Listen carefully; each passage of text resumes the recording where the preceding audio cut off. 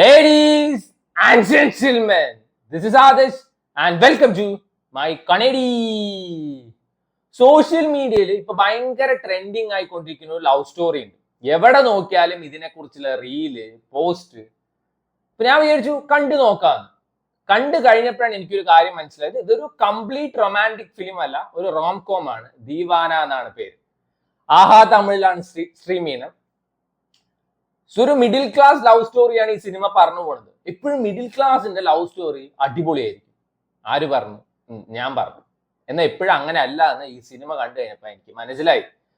ഈ സിനിമയിലെ നമ്മുടെ നായകൻ ആളൊരു വേട്ടാവളിയൻ നായകനാണ്. പണിക്കൊന്നും പോവില്ല.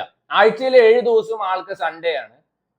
10-28 വയസ്സായിട്ടും തന്തപ്പിടിയെ കഷ്ടപ്പെട്ട് പണിക്കയക്കും.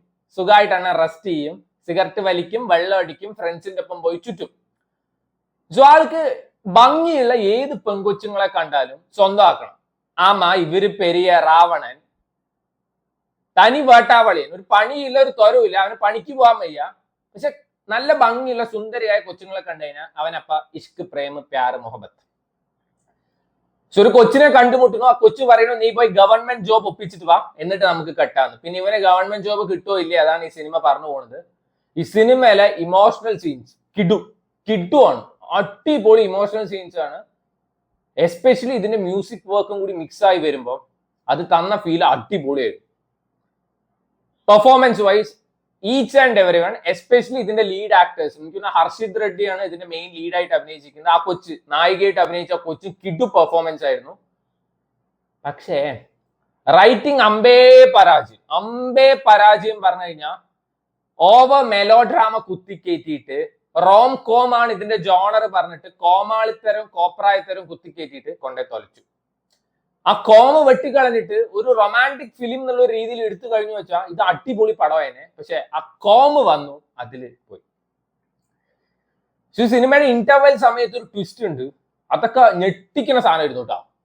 അൺപ്രഡിക്റ്റബിൾ സാധനം. എനിക്കൊരു ഒറ്റ മനുഷ്യൻ വിചാരിച്ചിട്ടുണ്ടാവില്ല. ഇനിയിപ്പോ ട്രെയിലറിൽ കാണിക്കണ്ടോ ഇല്ലയെന്നൊന്നും എനിക്കറിയില്ല. ആ പടം കണ്ടുകൊണ്ടിരിക്കുമ്പോൾ ഇങ്ങനെ ഒരു ട്വിസ്റ്റ് വന്നത് അൺപ്രഡിക്റ്റബിൾ ആയിരുന്നു. അത് കിട്ടു സാധനമായിരുന്നു. വൺ ഷോക്കിംഗ് സംഭവമായിരുന്നു. എന്നാൽ ടുവേർഡ്സ് സെക്കൻഡ് ഹാഫ് ആവണ സമയത്ത് ഇവന് ഗവൺമെന്റ് ജോലി ഒപ്പിക്കണം, SI ആവണം എന്നൊക്കെ പറഞ്ഞിട്ട് SI ട്രെയിനിങ് കൊടുക്കുന്നത് കള്ളന്മാര്. അവരുടെ അപ്പൊ കുറെ കോമാളിത്തരം ഉണ്ട്. അതിന്റെ ഇടയിൽ വേറെ അനാവശ്യമായിട്ടുള്ള കുറെ ഫൈറ്റ് സീക്വൻസ് ഉണ്ട്.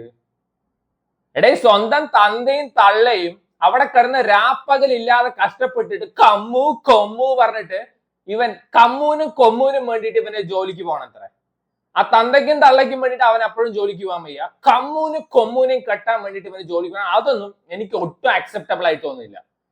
ഇവൻ ഈ സിനിമയിൽ ഒരു പോർഷൻ അവന്റെ അച്ഛന്റെ കഷ്ടപ്പാട് മനസ്സിലായിട്ട് ഈ വട്ടാവളി ഇരുന്ന് കരയുണ്ട്. എന്നിട്ട് അവൻ ഓടുമ്പോ മറ്റേ റണ്ണിങ് ഡ്രില്ല് നടക്കുന്ന സമയത്ത് കൊമ്മു അലറണു. കർമ്മന്ന എനിക്ക് ആ സമയത്ത് പറയാൻ തോന്നിയത്. ആൻഡ് ഈ സിനിമയിലെ എൻഡ് പോർഷനിൽ കുറെ ഇമോഷണൽ സീൻ ഉണ്ട്. ഇമോഷണൽ സീൻസിൽ അവരുടെ പെർഫോമൻസ് ഒക്കെ നൈസ് ആയിരുന്നു.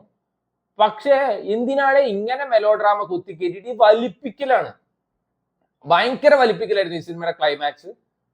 സോ ഓവറോൾ സമയം ഉണ്ടെങ്കിൽ ചുമ്മാ കണ്ടു നോക്കാവുന്ന ഒരു പടമായിട്ട് എനിക്ക് പേഴ്സണലി ഇത്രയും ഹൈപ്ഡ് ആയിട്ടൊന്നും എനിക്ക് തോന്നിയില്ല. This movie is never underrated. Actually, this is overrated. അങ്ങനെയാണ് എനിക്ക് ഈ സിനിമ തോന്നിയത്. അനാവശ്യമായിട്ടുള്ള കുറെ സീൻസ് കൊണ്ടുവന്നിട്ടുണ്ട്. ലവ് സ്റ്റോറി പറയുമ്പോൾ അത് എത്രത്തോളം പോയറ്റിക് ആക്കാൻ നോക്കണോ അല്ലെങ്കിൽ റിയലിസ്റ്റിക് ആക്കാൻ നോക്കണോ അത്രയും നല്ലതാണ്. ഈ മിഡിൽ ക്ലാസ് ലവ് സ്റ്റോറി പറയുന്ന സാധനം സൂപ്പർ ആയിരിക്കും എന്ന് പറയാനുള്ള മെയിൻ റീസൺ നമുക്കൊരു ഇമോഷണൽ കണക്ഷൻ കിട്ടണോണ്ടാണ്, നമുക്ക് കണക്ട് ചെയ്യാൻ പറ്റുന്നോണ്ടാണ്. ഇജാതി വേട്ടാവളിയന്മാരെ ലവ് സ്റ്റോറി ഒന്നും എനിക്ക് തോന്നുന്നില്ല ആർക്കെങ്കിലും കണക്ട് ചെയ്യാൻ പറ്റുന്നത്. ആർക്ക് കണക്ട് ചെയ്യാൻ പറ്റുന്നത്? മറ്റേ ധനുഷിന്റെ പടമില്ലേ, എന്നാലും തേരെ ഇഷ്കുമേ, അതില് ധനുഷ് മറ്റേ IAS ആവാൻ പോണു പറയുമ്പോ ആ സമയത്ത് അത് നമുക്കൊരു ഇമോഷണൽ കണക്ഷൻ തരുന്ന സീനാണ്. ആ സമയത്തെ സ്ട്രഗിള്, കഷ്ടപ്പാട് നമുക്ക് റിലേറ്റ് ചെയ്യാൻ പറ്റും. ഏത് ഈ ഗവൺമെന്റ് എക്സാം എഴുതണവൻ അല്ലെങ്കിൽ UPSCക്ക് പ്രിപ്പയർ ചെയ്യാൻ റിലേറ്റ് ചെയ്യാൻ പറ്റും. എന്നാൽ ഇതില് ഇവൻ SI ആവാൻ പോണ സമയത്ത് കാണിക്കുന്ന കുറെ കോപ്രായത്തരം ഉണ്ട്. 4 കള്ളന്മാരും വെച്ചിട്ട് ഇവന് മര്യാദയ്ക്ക് SIയുടെ ഫുൾ ഫോം പോലും അറിയില്ല. ഇവൻ ഒരാളുടെ സഹായമില്ല 4 ബുക്ക് കിട്ടിയപ്പോ അവൻ മറ്റേ റിട്ടൺ എക്സാം പാസ്സായി. ഇതൊക്കെ ആരെ പറ്റിക്കാനാണ്? It should be realistic. ഇത് എത്രത്തോളം റിയലിസ്റ്റിക് ആണോ അത്രത്തോളം പടം ഹിറ്റാവാനുള്ള ചാൻസ് കൂടുതലാണ്. അല്ലാതെ മെലോ ഡ്രാമ കുത്തിക്കയറ്റിയാലൊന്നും സംഭവം വർക്ക് ആവില്ല. സോ ഓവറോൾ ഒരു one time watchable channel, that too for emotional scenes, performance and music work. സുദീപാന ഈ streaming on Amazon Aha Tamil വേണ്ടവർ കണ്ടു.